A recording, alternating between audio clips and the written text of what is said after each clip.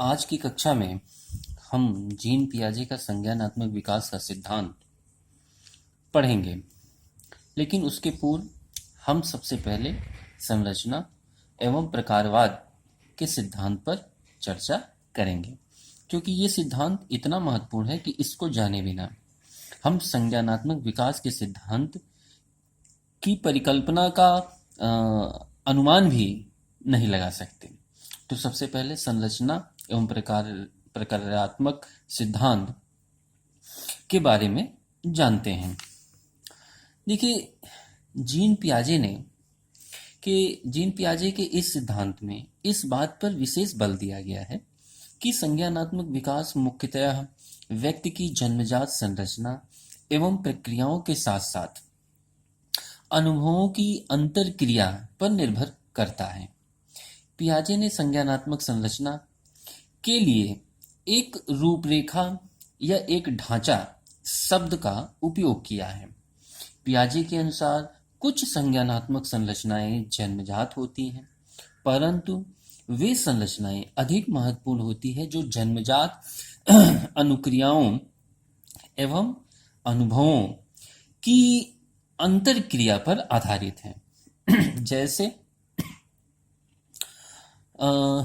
बच्चे में दूध चूसने की विशेष क्षमता जन्म से ही पाई जाती है, परंतु नवजात शिशु की तुलना में बड़े बच्चों में दूध चूसने के व्यवहार में प्रदर्शित होने वाला परिवर्तन उनकी जन्मजात योग्यता एवं अनुभवों द्वारा नियंत्रित एवं निर्देशित होता है, इसलिए वह अधिक जटिल हो जाता है। इसके साथ दूध चूसने से पहले या चूसते समय या उसके बाद में अनेक प्रकार के नवीन अनुक्रिया प्रतिमान दिखाई पड़ते हैं। ठीक है, तो उसके बाद जो है जीन पियाजे ने बताया कि संरचनात्मक क्षमता के अतिरिक्त कुछ ऐसे प्रकार्यात्मक सिद्धांत हैं जो व्यक्ति के व्यवहार को प्रदर्शित करते हैं। जन्मजात प्रकार्यात्मक सिद्धांत में मुख्य सिद्धांत निम्नलिखित हैं। देखिए, पहला है उसमें संगठन और दूसरा है अनुकूलन। तो देखिए, संगठन क्या होता है, बड़ा ही रोचक बिंदु है। देखिए, पियाजे का कहना है कि संगठन की योग्यता से तात्पर्य ऐसी योग्यता से है जिसके द्वारा भौतिक या मनोवैज्ञानिक संरचना को अपेक्षाकृत अधिक जटिल रूप में समन्वित किया जाता है। सामान्य अर्थों में कह सकते हैं कि प्राप्त ज्ञान और सूचनाओं को संगठित किया जाता रहता है और कोई भी सूचना ज्ञान भंडार में पृथक रूप में नहीं रहती। आयु एवं योग्यता में वृद्धि के परिणाम स्वरूप संगठन की योग्यता में वृद्धि होती है। ठीक है, जैसे छोटे बच्चे को दूध चूसने के कारण जो अनुभव प्राप्त होता है उसका वे उपयोग करके अपना व्यवहार और अधिक आकर्षित करते हैं और मनोरंजक बना लेते हैं। यदि सूचनाओं ज्ञान अनुभवों को संगठित करने की योग्यता न हो तो छोटे एवं बड़े बच्चों के इस व्यवहार में कोई अंतर दिखाई नहीं पड़ता। तो ये तो था संगठन। अब दूसरी जो महत्वपूर्ण चीज आपके समक्ष है वह है अनुकूलन। देखिए, अनुकूलन क्या होता है।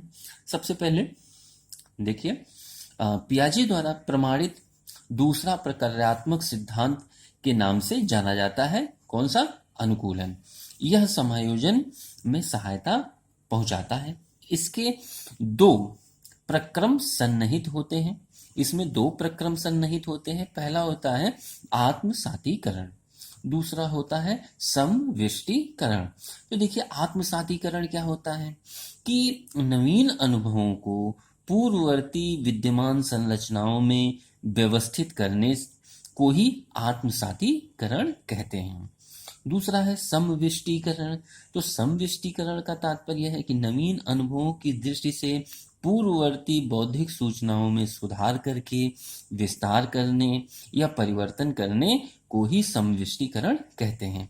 तो एक बार इसको ध्यान से और सुन लीजिए कि आत्मसातीकरण क्या होता है कि नवीन अनुभवों को पूर्ववर्ती विद्यमान संरचनाओं में व्यवस्थित करने को ही आत्मसातीकरण कहते हैं। दूसरा है समविष्टीकरण। इसका तात्पर्य है कि नवीन अनुभवों की दृष्टि से पूर्ववर्ती बौद्धिक संरचनाओं में सुधार करके विस्तार करने या परिवर्तन करने को ही समविष्टीकरण कहते हैं। आइए इसको हम एक छोटे से उदाहरण के माध्यम से उसको समझने का प्रयास हम करते हैं कि आत्मसातीकरण होता क्या है।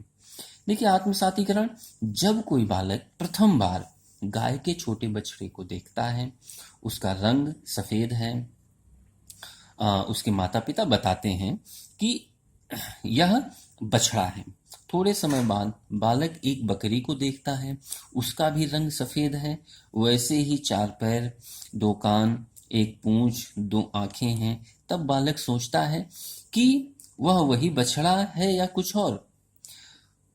वह बछड़ा के प्रत्यय से बकरी का मिलान करता है।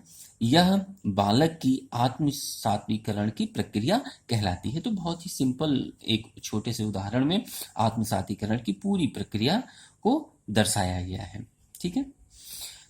अच्छा, दूसरी जो सबसे महत्वपूर्ण चीज होती है कि नए अनुभवों का अनुकूलन करते समय व्यक्ति सबसे पहले सभी अनुभवों सूचनाओं को पहले से उपस्थित बौद्धिक संरचनाओं में आत्मसात करने का प्रयास करता है। ठीक है। यदि उसे लगता है कि ऐसा नहीं हो रहा तो वह अपनी बौद्धिक संरचनाओं में परिवर्तन लाकर समविष्टीकरण करता है। तो हम अभी इस पर चर्चा करेंगे, समविष्टीकरण पर। ठीक है। तो इससे स्पष्ट हो जाता है कि अनुकूलन में व्यक्ति या तो नवीन सूचनाओं को पुरानी बौद्धिक सूचनाओं में आत्मसात करता है अथवा पुरानी बौद्धिक संरचनाओं को नवीन बौद्धिक संरचनाओं में आत्मसात करता है। तो यह जो होता है वह अनुकूलन की प्रक्रिया होती है और यह जीवन पर्यंत चलती है। ठीक है। तो अब ये तो हमारा था आत्मसातीकरण की प्रक्रिया एक छोटे से उदाहरण में। दूसरा है समविष्टीकरण। तो आइए इसको भी समझ लेते हैं कि समविष्टीकरण क्या होता है। तो देखिए, समविष्टीकरण क्या है कि जब बालक पहले से ज्ञात ज्ञान में कोई नवीन बात जोड़ता है अथवा अंतर करना सीखता है तो वह समविष्टीकरण कहलाता है। जैसे पहले के ज्ञान में, जैसे उसने बछड़े को पहचाना, ठीक, कि ये गाय का बछड़ा है, तो बड़ा होकर के वो क्या बनेगा। कोई बछिया है, अगर बछिए को देखता है तो वो ये सोचता है कि नवीन चीज उसमें क्या जोड़ रहा है कि आगे चल कर के ये गाय बन जाएगी। या कुछ समय बाद अगर उसी छोटे गाय के बच्चे को वो देखता है तो वो काफी बड़ा हो जाता है तो कहता है भाई ये तो पहले छोटी बछिया थी, अब जो है ये गाय होने के क्रम में है। तो देखिए, इसमें कुछ चीजें जोड़ता है, कुछ चीजें उसमें अंतर करना वो सीख जाता है। यही प्रक्रिया उसकी समविष्टीकरण की प्रक्रिया कहलाती है। देखिए, एक महत्वपूर्ण चीज और भी जान लीजिए कि आत्मसातीकरण और समविष्टीकरण की प्रक्रिया तभी घटित होती है जब वातावरणीय उद्दीपन बालक के द्वारा अर्जित बौद्धिक विकास स्तर के अनुरूप होता है। अगर अनुरूप नहीं होगा तो आत्मसातीकरण और समविष्टीकरण की प्रक्रिया घटित नहीं होगी। ठीक है। इसके साथ ही संज्ञानात्मक विकास के विभिन्न अवस्थाओं में बालक अपने बौद्धिक कार्यों को संपन्न करने के लिए विभिन्न तरीके अपनाता है। ठीक है। 18 वर्ष की आयु तक बालक प्रौढ़ के समान बौद्धिक कार्य करना प्रारंभ कर देता है। बौद्धिक विकास एक स्वचालित प्रक्रिया है। ठीक है। और जीन पियाजे ने इसे 4 अवस्थाओं में विभाजित किया है। पहला है संवेदनात्मक गामक अवस्था। ठीक है। दूसरा है पूर्व संक्रियात्मक अवस्था, तीसरा है मूर्त संक्रियात्मक अवस्था और चौथा है औपचारिक संक्रियात्मक अवस्था। तो ये जो 4 अवस्थाएं, पहला है देखिए संवेदनात्मक गामक अवस्था, दूसरा है पूर्व संक्रियात्मक अवस्था। तीसरा है मूर्त संक्रिया अवस्था। और चौथा है औपचारिक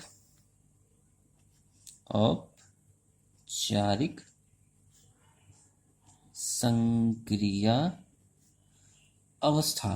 तो इन 4 अवस्थाओं का हम अगली कक्षा में विस्तृत अध्ययन करेंगे, ठीक है। और इन्हीं अवस्थाओं को के अध्ययन को कहते हैं जीन पियाजे का संज्ञानात्मक विकास का सिद्धांत। तो आज की कक्षा में बस इतना ही। अगली कक्षा में हम इन्हीं बिंदुओं को लेकर आपके समक्ष उपस्थित होंगे। आज के लिए धन्यवाद।